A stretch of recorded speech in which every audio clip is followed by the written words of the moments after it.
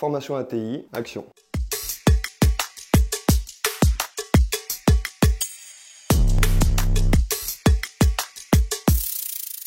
Je m'appelle Joël Régnier, je suis en BTS ATI en deuxième année et du coup je vais répondre à vos questions.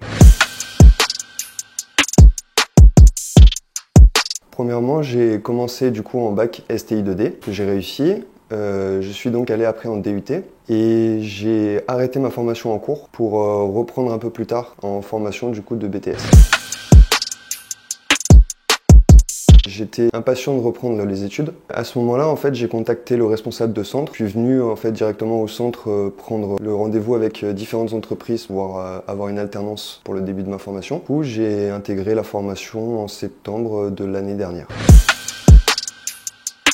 J'ai eu l'info par mon ancien responsable de formation en DUT, du coup, qui m'avait parlé d'une formation qui était plus axée sur la technique que sur la formation en elle-même, avec beaucoup plus de pratique, ce qui m'enchantait plus pour reprendre une formation. Ce BTS actuellement, il faut un bac. Je suis rentré sur concours directement, avec un entretien à la clé pour la motivation. Alors, on étudie principalement tout ce qui est le domaine technique en général, donc ça va être de la mécanique, de la physique, des mathématiques, également de l'organisation industrielle pour le management, donc qui est quand même un côté assez important, et un petit peu d'économie et de culture G expression. Je suis du coup employé chez Enedis, qui est pour ma part, j'ai trouvé une super boîte, assez grande, avec beaucoup d'opportunités et des très bonnes perspectives d'évolution.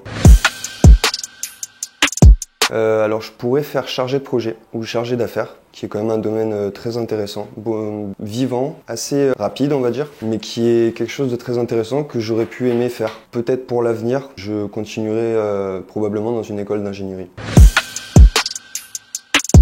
Alors je sais qu'il y a en particulier la formation qui m'a été proposée des T2I, qui est une formation qui est axée principalement sur 3 domaines. Donc il y a mécanique, informatique et électronique. On peut la faire au sein de l'UMM. Premièrement, alors les principales choses que m'a apporté cette formation sont de la rigueur, parce que c'est une formation qui est assez encadrée, et je manquais jusque-là d'un petit peu de rigueur. Du coup, je pense que ça a été un point important de ma formation. En plus de ça, ça m'a apporté également beaucoup de connaissances au niveau technique, donc qui va me servir justement à accomplir du coup mon projet, qui sera de devenir plus tard ingénieur en biomécanique.